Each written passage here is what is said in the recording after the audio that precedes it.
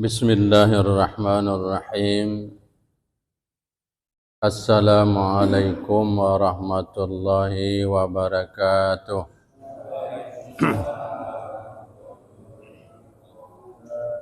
Alhamdulillah. Alhamdulillahilladzi anzalal Qur'an imama wa huda wa rahmatan lil mu'minin.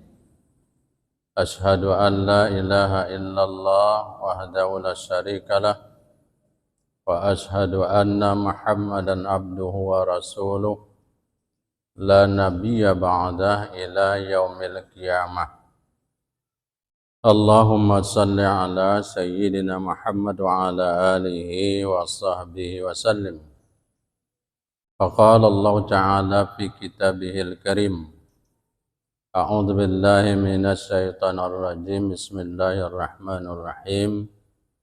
Ya ayyuhalladzina amanu la tulhikum amwalukum wala auladukum an dzikrillah wa may yaf'al dzalika fa ulaika humul khasirun. Shadaqallahul azim. Jamaah pengajian yang mudah-mudahan senantiasa dirahmati Allah. Mudah-mudahan kita sehat selalu dan tetap istiqomah dalam menjalankan perintah Allah Subhanahu wa taala. Mari pertama sekali kita tidak lupa menyampaikan puji dan syukur kehadirat Allah Subhanahu wa taala, Tuhan kita yang maha besar, yang maha pemurah, maha pengasih lagi maha penyayang. Kembali dengan izin Allah malam ini kita dapat bertemu, kita dapat berjumpa dalam keadaan sehat walafiat. Mudah-mudahan pertemuan kita diberkahi, diridhoi dan diberikan imbalan pahala yang berlipat ganda. Amin. Kemudian tak lupa selawat beriring salam keharibaan junjungan kita, panutan kita, orang yang paling sangat kita cintai, yang tentunya kita harapkan syafaatnya di yaumil akhir kelak, Nabi besar Muhammad sallallahu alaihi wasallam.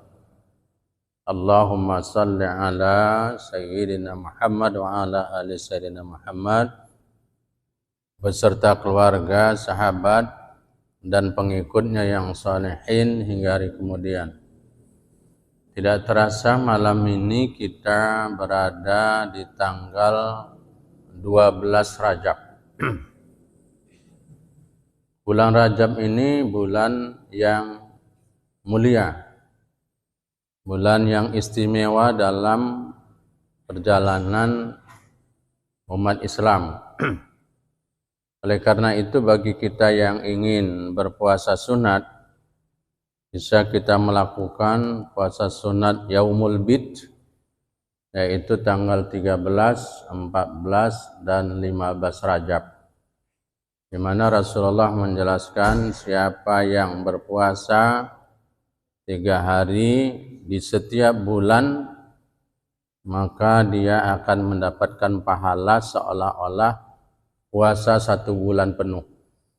Mudah-mudahan kita diberikan kesehatan, bisa meningkatkan amal ibadah kita di bulan Rajab ini. Amin ya Allah.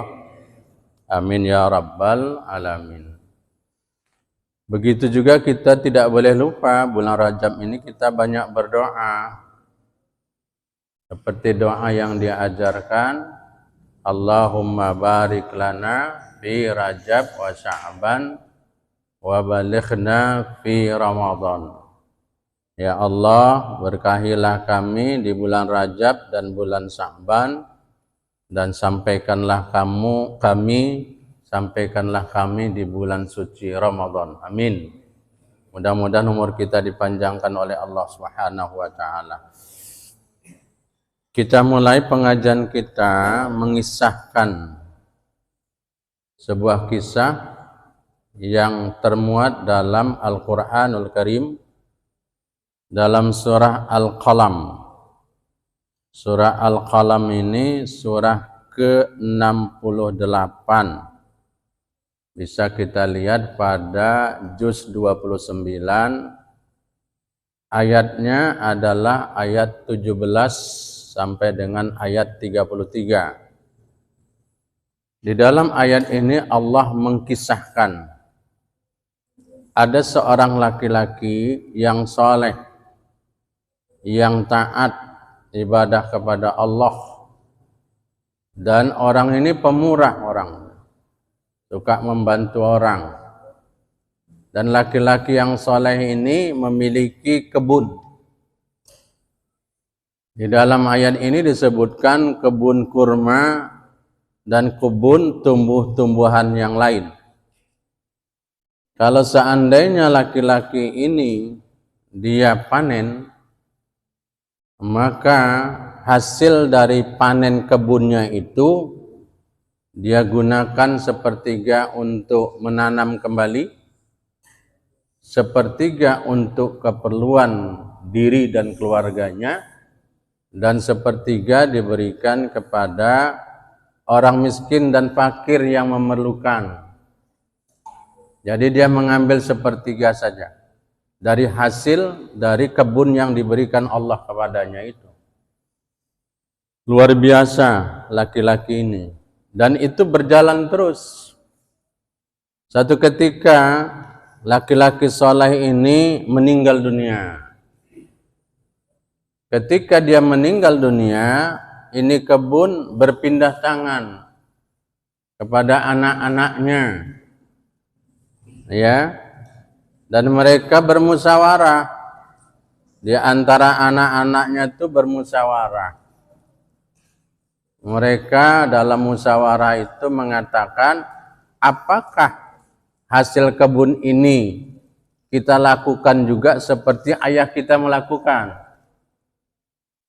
Maka dari hasil musyawarah mereka itu ada satu anak yang setuju, ya, agar apa yang dilakukan ayah ini, lakukan orang tua ini kita lanjutkan saja. Tetapi saudara yang lain enggak setuju. Saudara-saudara yang lain tuh pinginnya, maunya hasil kebun ini diambil semua untuk mereka. Tak usah diberikan kepada orang miskin. Tak usah dibantu orang fakir tuh. Ini kan hasil kebun kita. Kita semua yang memperoleh dan kita semua yang mendapatkannya. Maka satu orang dari saudara mereka itu tadi nggak bisa berbuat apa-apa. Maka satu malam mereka bermusyawarah, hasil kebun mereka ini akan kita panen. Ini udah saatnya panen. Nanti kita panen pagi-pagi kali sebelum subuh, supaya orang miskin nggak tahu bahwa kita udah panen. Nah, ini dia. Inilah muncul sifat tamak ini tadi. Ingin mendapatkan semuanya. Sepakat mereka itu pun malam itu tidur. Tetapi malam itu Allah mentakdirkan berbeda. Allah menurunkan sesuatu dari langit berupa petir dan membakar seluruh kebun mereka dalam satu malam. Ya, sedangkan pemilik kebun ini sedang tidur malam, jadi mereka nggak kabar. Besok pagi mereka bangun, ya. Ketika mereka bangun, mereka hendak memanen hasil panennya, tapi dilihat mereka, kebun mereka itu sudah terbakar hitam seperti malam. Bahkan mereka nggak percaya, betul apa enggak ini kebun kita? Ini salah mungkin ini. Akhirnya diselidiki mereka, betul kebun mereka itu terbakar dalam satu malam itu. Maka yang tadi seorang laki-laki yang setuju supaya kebiasaan ayahnya ini dilanjutkan berkata, kan sudah saya katakan, ya, apa yang dilakukan ayah itu pun diteruskanlah. Suka membantu orang miskin, orang fakir, jangan tamak kali kita. Ini pemberian Allah, hendaknya kita mau berbagi, maka saudara-saudara yang lain pun menyesal dengan apa yang dilakukan mereka. Para jemaah yang dicintai Allah, dalam surah Al-Qalam ayat 33, ayat yang terakhir penutup dalam kisah ini, Allah menjelaskan, A'udzubillahi minasyaitonirrajim, kadzalikal azab. Seperti itulah azab di dunia. Allah menurunkan azab kepada orang yang tamak, kepada orang yang serakah, kepada orang yang loba, kepada orang yang rakus, kepada orang yang tidak mau berbagi dengan yang lain. Maka ayat ini dilanjutkan, wala adzabul akhirah lau kanu ya'lamun, dan sungguh azab akhirat itu lebih besar, lebih dahsyat sekiranya mereka itu mengetahui. Jadi azab di dunia ini enggak seberapa dibandingkan dengan azab akhirat yang akan diberikan Allah bagi mereka-mereka yang durhaka kepada Allah Subhanahu wa taala. Itulah sebabnya Rasulullah ini mengajarkan kepada kita, kalau kita sebelum salam mengakhiri salat disuruh berdoa minta 4 hal. Allahumma inni a'udzubika min adzabil qabri wa min adzabin nar wa min fitnatil mahya wal mamat wa min syarri fitnatil masihid dajjal. Itu disuruh minta kita. Ya Allah, aku berlindung dari azab kubur, dari azab neraka, dari ujian hidup dan mati, dan dari ujian keburukan al-masihid dajjal. Itu kita baca sebelum kita mengucapkan salam di dalam setiap sholat. Karena ngerinya lah, dahsyatnya lah azab akhirat itu, maka kita disuruh berdoa kepada Allah sebelum mengakhiri ibadah sholat. Para jemaah yang dicintai Allah Subhanahu wa taala, agama kita Islam ini tidak melarang kita punya harta, tidak melarang kita dapatkan harta. Tapi Allah melarang kita ini kalau punya harta tamak, serakah, itu yang dilarang oleh Allah Subhanahu wa taala. Agama Islam ini mengajarkan kepada kita, harta kita ini hendaknya kita semakin dekat dengan Allah. Bukan dengan harta itu kita semakin jauh dari Allah Subhanahu wa taala.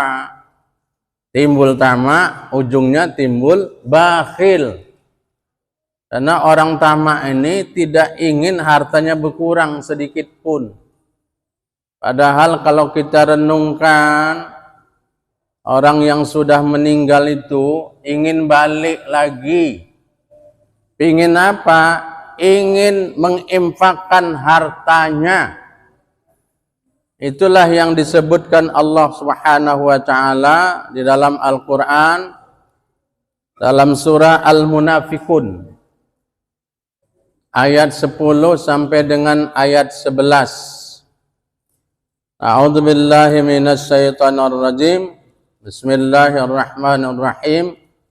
Wa anfiqu mimma razaqnakum, dan infakkanlah sebagian dari apa yang telah kami berikan kepadamu, min qabli ayyatiya ahadakumul maut, ya, sebelum kematian itu datang kepada salah seorang di antara kamu. Kalau mau berimpak, mau bersedekah, mau berbagi, itu sebelum mati. Kata Allah, nanti kamu mati, kata Allah, fayaqulu, orang mati itu berkata, Rabbi laula akhartani ila adzalin qarib. Rabbi, Tuhanku, sekiranya engkau berkenan menunda kematianku sedikit waktu lagi, tolonglah tunda kematianku sebentar aja. Nah, itu diminta orang yang udah meninggal. Minta balik. Orang yang meninggal tuh minta balik, minta pulang. Untuk apa? Bukan untuk ketemu sama keluarga. Bukan untuk melihat keadaan kampungnya, enggak. Apakah dia pingin jumpa sama kawan-kawannya? Enggak. Apa yang diinginkannya? Dua. Fa'asaddaqa. Ya Allah, aku mau sedekah ya Allah. Dulu waktu aku hidup hartaku ada, hartaku banyak, tapi pelit. Nggak mau berbagi kepada orang. Belum kukeluarkan sedekahnya, belum kukeluarkan infaknya, bahkan zakatnya pun belum pernah kukeluarkan. Nah, inilah yang diminta. Maka Allah mengingatkan, selagi kita hidup inilah. Ya, kalau ada harta berinfak, bersedekah. Karena itulah yang akan menolong kita nanti. Itulah yang diingatkan Rasul. Orang mengatakan mali, mali, mali. Ini hartaku, ini hartaku, ini hartaku. Padahal kata Rasulullah harta dia cuma 3 aja. Yang pertama, apa yang dimakannya. Itulah dia rezeki itu. Yang dimakannya itulah rezeki. Walaupun di depan kita kalau nggak kita makan belum punya kita itu.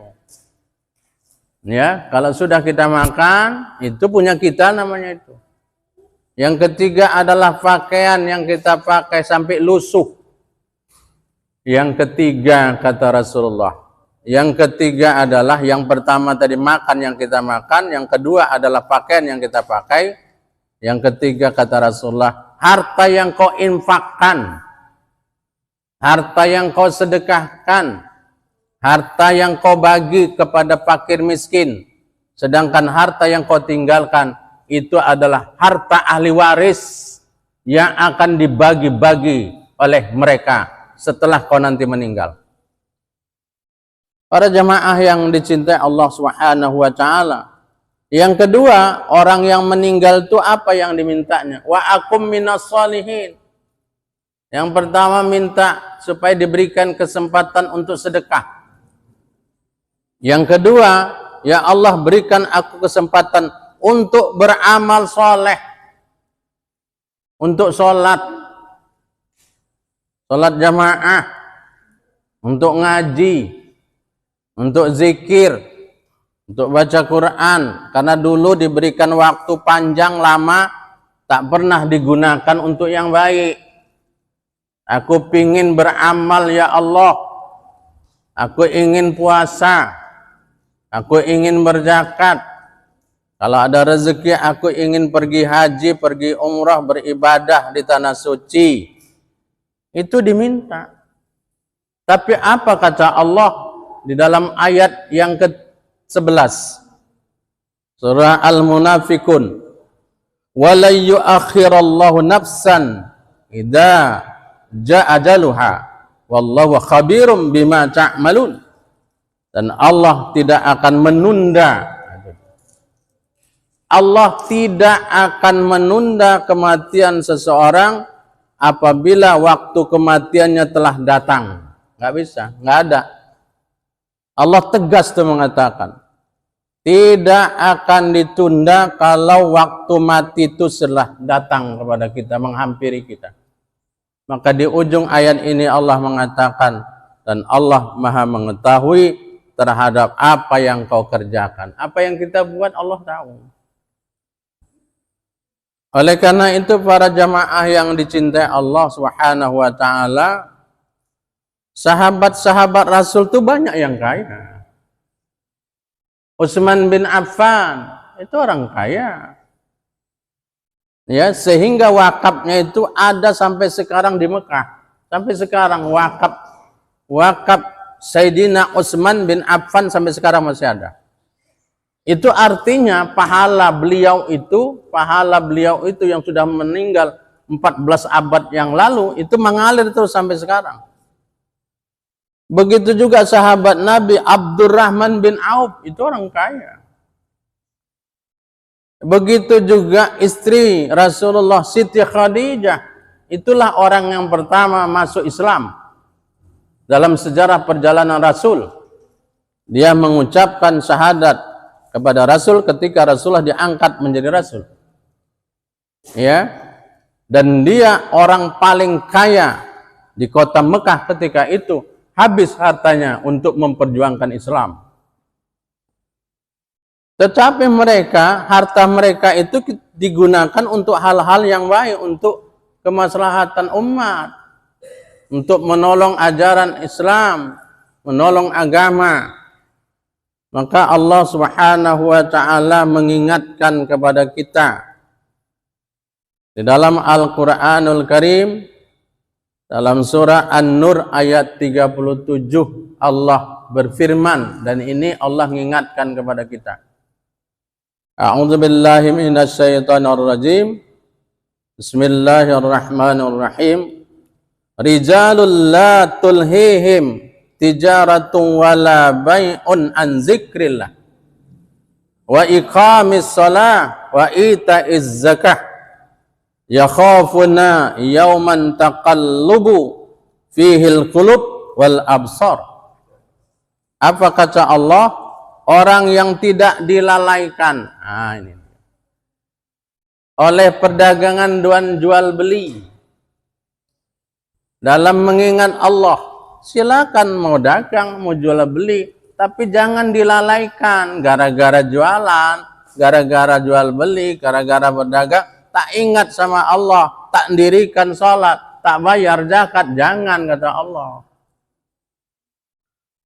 Nggak boleh seperti itu. Kenapa Allah menggunakan kata jangan dilalaikan oleh perdagangan dan jual beli? Ini mewakili setiap apa saja yang menguntungkan kamu, mendapatkan hasil, itu maknanya. Jangan kamu sampai lalai, tidak ingat sama Allah, tidak tahu kewajiban, tidak mendirikan sholat, tidak peduli dengan orang miskin. Jangan sampai seperti itu. Itu ingatan Allah Subhanahu wa taala. Ya. Jadi mereka yang tidak dilalaikan, senantiasa ingat sama Allah, senantiasa mendirikan sholat, senantiasa membayar zakat, mereka itu takut ketika hati dan penglihatan mereka menjadi guncang di saat hari kiamat. Itulah yang ditakuti mereka. Mudah-mudahan kalau kita diberikan harta oleh Allah Subhanahu wa taala, kita makin tawadhu, makin taat ibadah kepada Allah Subhanahu wa taala, dan kita jadikan harta kekayaan kita itu sarana untuk kita mendekatkan diri kepada Allah Subhanahu wa taala. Amin ya Allah. Amin ya rabbal alamin. Ada 9 keburukan sifat tamak. Inilah yang harus kita hindarkan. Tamak itu kan serakah, loba. Ya, tamak itu orang yang tak pernah puas dengan apa yang ada. Jadi tamak itu buruk. Sampai Rasulullah sallallahu alaihi wasallam di dalam satu hadis mengatakan, ya, iyyaka wat tamak, jauhilah olehmu tamak itu. Ya, disuruh Rasul, jauhi olehmu tamak. Karena sifat tamak itu sesungguhnya akan menyebabkan seorang itu merasa miskin dan fakir terus. Orang kalau punya sifat tamak, merasa miskin terus, merasa fakir. Kenapa? Kurang aja. Orang kalau udah kurang aja, Pak, itu merasa kurang, itu orang miskin itu. Orang fakir itu. Walaupun dia punya harta banyak. Itu kata Rasulullah, jauhi olehmu sifat tamak, tuh, sifat rakus, tuh, sifat merasa nggak puas. Karena orang yang tamak itu akan senantiasa dalam hidupnya akan merasa kurang terus, merasa miskin terus, merasa fakir terus. Apa yang pertama keburukan sifat tamak?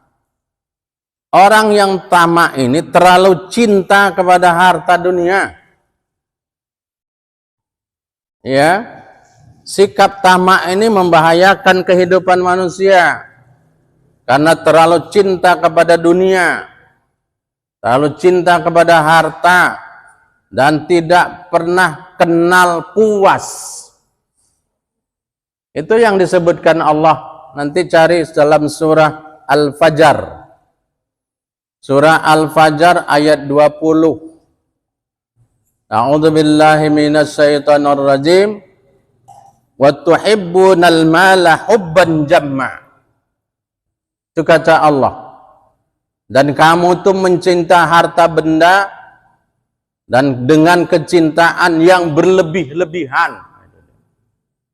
Orang kalau sudah tamak kepada harta, semangat mengumpulkan harta, lalai untuk ibadah, lalai untuk beramal, tak ingat lagi dari ibadah, Pak. Yang penting tiap hari pikirannya harta terus. Macam mana bisa nambah harta, nambah, dan nambah, jangan berkurang sedikit pun. Yang kedua, apa keburukan orang yang tamak itu? Menghalalkan segala cara. Orang kalau sudah tamak, Pak, dampak buruk dari sifat tamak itu dapat membuat seorang melakukan apa saja demi mendapatkan harta yang diinginkannya. Misal korupsi, nggak puas tuh, Pak. Nggak cukup miliar, naik lagi itu triliun. Ya.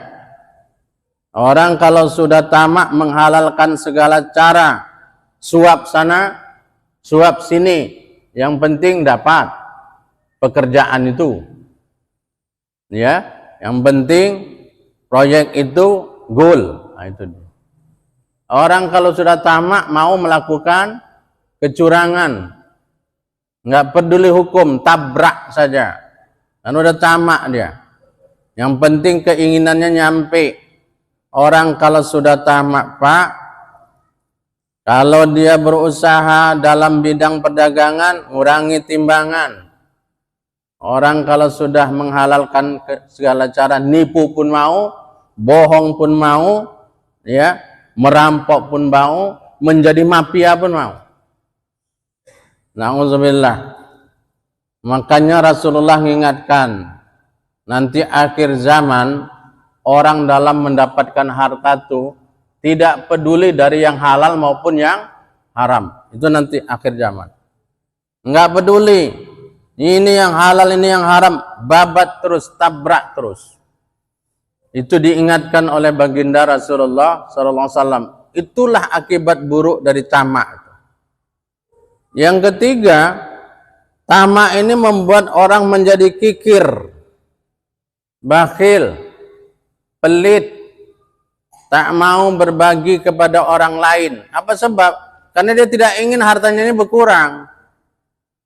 Kalau dia tidak ingin hartanya berkurang, maka satu-satunya jalan bagaimana dia jadi orang yang bakhil dan kikir. Kalaupun bantu orang, Pak, terpaksa lah itu. Terpaksa kan itu. Ada maksudnya lah itu, bantu orang. Maka di dalam Al-Quranul Karim, dalam surah An-Nisa ayat 37, Allah Subhanahu wa taala berfirman, A'udzu billahi minasyaitonir rajim, alladzina yabkhaluna wa ya'muruna an-nasa bil bukhli. Orang-orang yang kikir itu dan menyuruh orang lain juga berbuat kikir seperti dia. Kalau mau kaya, bakhil sikit, pelit sikit, tak usah bantu orang. Nah, itulah dia. Orang pun disuruhnya seperti itu.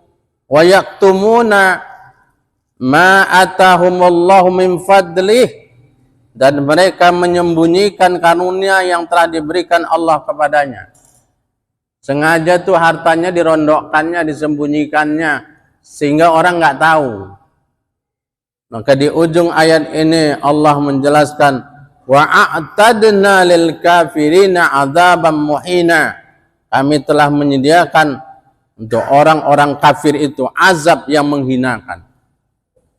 Orang yang bakhil itu nanti udah menanti itu di akhirat, di neraka, azab yang menghinakan dia. Bahkan di dalam satu ayat Al-Quran, orang yang bakhil itu nanti hartanya tuh digosokkan ke badannya, Pak.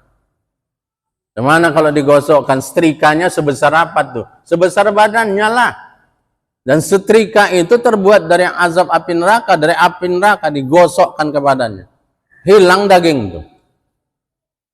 Na'udzubillah. Ya.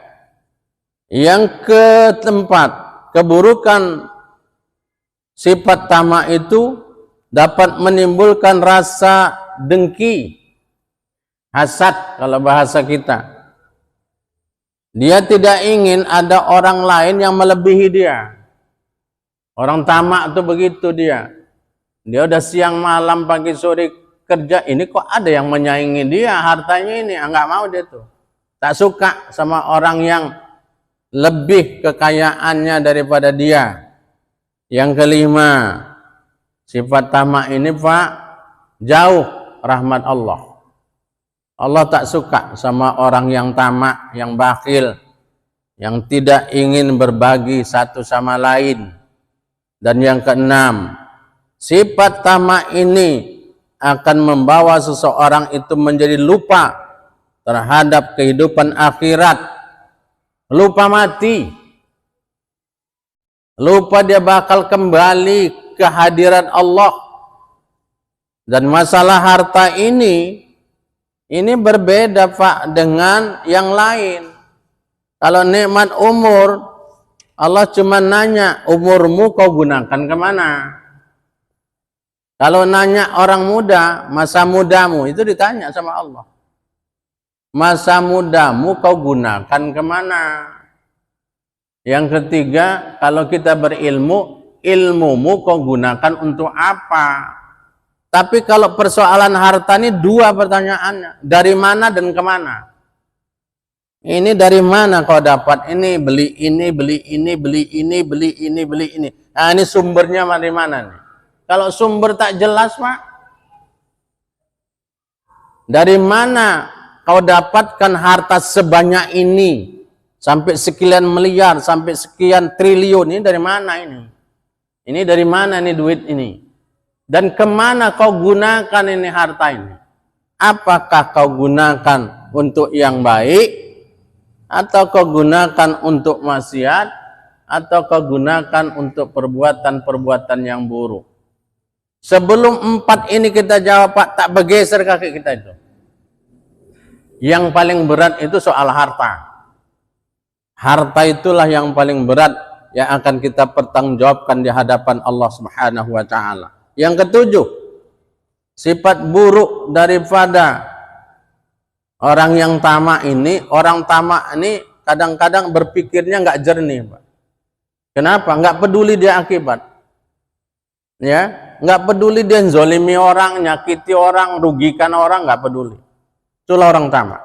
Yang penting dapat, yang penting dia senang, keinginannya capek. Ya, apa yang diinginnya sampai, terwujud. Yang kedelapan, keburukan dari sifat tamak ini melemahkan kehati-hatian. Orang tamak nih Pak sering ceroboh. Ya, sering ceroboh dia. Dia tak tahu bahwa perbuatan dia itu akan merugikan dia sendiri. Dan yang terakhir, yang kesembilan, sifat buruk dari tamak ini adalah orang tamak itu yang selama ini harta yang dia cari adalah sebetulnya kehidupan yang semu. Ini kehidupan yang semu. Karena bagaimanapun suatu saat yang udah kita cari pagi, sore, siang, malam, kadang-kadang tak tentu-tentu waktu lagi Pak. Itu semua bakal kita tinggalkan.